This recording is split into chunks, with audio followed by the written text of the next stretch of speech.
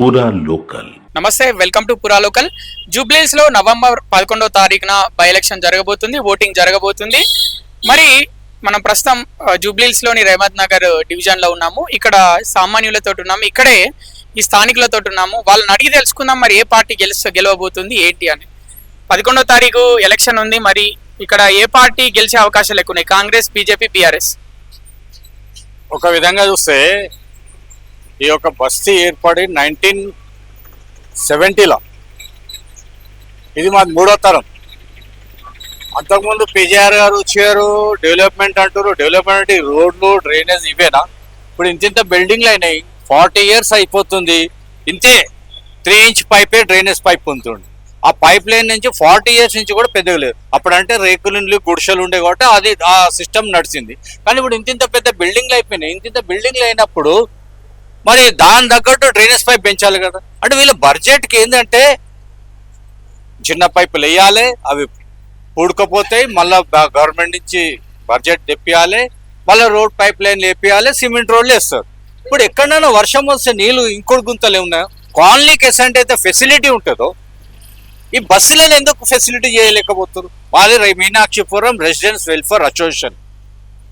ఎన్ని రోజుల నుంచి మేము విన్నతి పత్రాలు ఇచ్చినాం. సార్ ఈ నుంచి ఇట్లా వర్షం వస్తుంది, అంతా ఉట్టిగానే పోతుంది, ఏడొకటి ఇంకుడు గుత్త కట్టియండి, ఎండాకాలంలో మంచిగా ఉంటుంది. అంటే ఇగో చూస్తాం, అగో చూద్దాం, ఇగో చూద్దాం, అగో చూద్దాం. అప్పుడు గత ఎమ్మెల్యే కూడా ఎన్నోసార్లు మా వెల్ఫేర్ అసోసియేషన్ నుంచి పిలిపించి మాట్లాడడం జరిగింది వాళ్ళని. ఇక్కడ రోడ్డు 20 years కింద వేసిందన్న, ఇంతవరకు రోడ్ లేదు. ఇదే రోడ్డు మేము అన్నాం, సార్ అట్లా కాదు సార్, వేస్తురు డ్రైనేజ్ పైప్ వేస్తురు.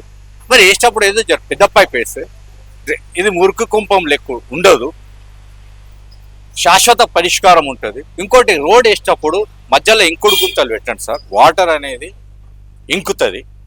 అప్పుడు ఎండాకాలంలో నల్లలు సరిగ్గా రాకపోయినా కూడా మంచిగా ఉంటుంది. అంటే పట్టించుకోరు. అంటే వీళ్ళకి ఏంటంటే సమస్య ఉండాలి, ఆ సమస్యను పట్టుకొని మా ఎమ్మెల్యే కార్పొరేటర్ దగ్గర రావాలి, మేము లీడర్ కావాలి. కాబట్టి రెండు దొందే. ఈసారి స్థానికుల్లో మేమైతే బస్సు నుంచి ఏమనుకుంటున్నాడు, ఒక కొత్త పార్టీ అంటే ఏ పార్టీకి వేస్తారు? ఇప్పుడు వీళ్ళిద్దరికి ప్రత్యేకంగా ఉన్న పార్టీ మీకు తెలియదా? ఏ పార్టీ? ఇక మేము చెప్తే మళ్ళీ మేము టార్గెట్ అవుతాం. చెప్పాలి, అది మీరే చెప్పాలి. మేమెందుకు చెప్తాం మీడియా వల్ల? పార్టీ అంటే ఇప్పుడు నేషనల్ వైడ్ గా ఏ పార్టీ ఉందో ఆ పార్టీకి వెళ్ళాలి. ఎందుకంటే ఆ పార్టీ ఇప్పుడు కిషన్ రెడ్డి గారు ఉన్నారు.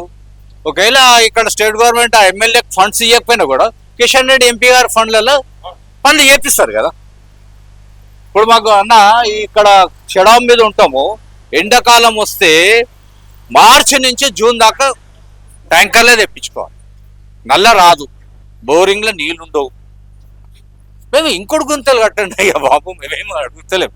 మాకు మీరు వేసే డ్రైనేజ్ పైప్ లైన్ పెద్ద సైజ్ అయ్యారు. మరి ఇప్పుడు మీరు వేరే పార్టీకి, కొత్త పార్టీకి వేస్తా అంటున్నారు. ఆ పార్టీకి వేస్తే మరి ఈ రోడ్డు సమస్యలు బాగుపడతాయి అనుకుంటున్నారా? బాగుపడతాయి అనుకుంటున్నాం. మళ్ళీ వాళ్ళు చేయలేదు అనుకో, నెక్స్ట్ టైం మళ్ళీ ఇంకొక అభ్యర్థి కదా.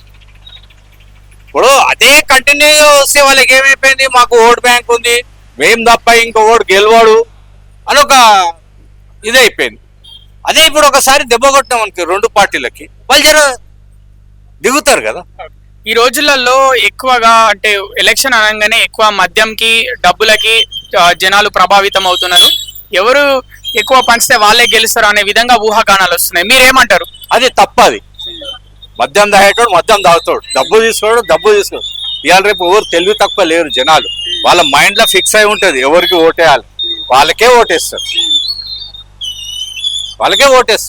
నువ్వు మద్యం వంచినంత మాత్రాన, డబ్బులు వంచినంత మాత్రాన ఎవరు ఇవాళ జనాలు చాలా తెలుగు. మీరు డబ్బులు తీసుకుంటారా? ఇస్తానంటే పార్టీ వాళ్ళు డబ్బులు తీసుకోండి మాకు ఓటేయండి అంటే తీసుకుంటారా డబ్బులు? మా దగ్గరకు వచ్చారు చాలా మంది, మీనాక్షిపురం రెసిడెన్స్ అసోసియేషన్ లో మా దగ్గరకు వచ్చారు. మీ ఇట్లా ఒక బస్సులో ఒక రోజు కూర్చోబెడదాం, చేద్దాము, మీటింగ్ చేద్దాము అంటే మేము అన్నాం, సార్ మాకు అవన్నీ ఏమొద్దు, మాకు డెవలప్మెంట్ కావాలి. ఇప్పుడు మేము చేస్తామంటే మొన్నటిదాకా మీ రాజ్యసభ సభ్యుడు ఉన్నాడు కదా, మరి ఆయన బడ్జెట్లోనే మీరు డెవలప్ చేయాలి కదా, మీరు చేయలేదు.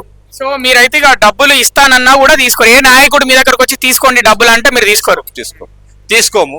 ఇప్పుడు ఇప్పుడు ఇక్కడ గరీబ్ వస్తే అన్న కళ్యాణ లక్ష్మి కింద ఎంతమంది అప్లికేషన్లు పెట్టుకోరు. ఆ? నువ్వు 1,116,000 1,116లోనో ఒక తులం బంగారం అన్నారు. పోనీ బంగారం లేకపోయినా పోనీ ఈ కళ్యాణ లక్ష్మి ఖైరతాబాద్ ఎంఆర్ఓ పోతే ఎంత ఫైల్ ఉంటుంది, ఒక్కరికైనా మీరు ఇంతవరకు శాంక్షన్ చేసిరా? అదే మీకు బుజ్జగించి రాజకీయాలు వాళ్ళకి ఫస్ట్ ఇస్తారు. బీసీ వర్గాలు ఇప్పుడు అప్లై చేసేటోళ్ళు ఎక్కువ అధిక శాతం బీసీలే కదా, మరి వాళ్ళకి ఎందుకు ఇస్తలేరు మీరు పైసలు? ఉంటే మీకు ఓటు పడే బుజ్జగించే రాజకీయాలు చేయడం అవసరమా? అందరినీ సమానంగా ప్రేమించారు.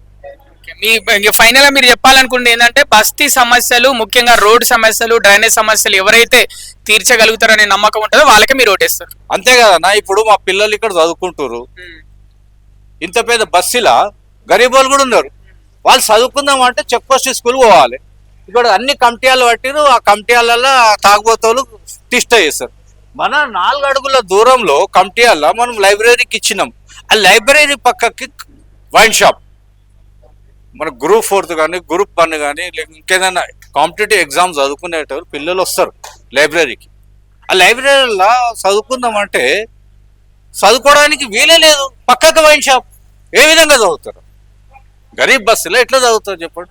వాళ్ళ బుక్స్ కొనుక్కోడానికి పైసలు ఉండవు, ఈ లైబ్రరీలోకి వచ్చి చదువుతారు. వాళ్ళంటే చదువుకొని డిస్టర్బెన్స్ చేస్తే వాళ్ళు ఎట్లా చదువుతారు? ఆ ఒక వైన్ షాప్ తీపియలేకపోతారు మీ గవర్నమెంట్లో.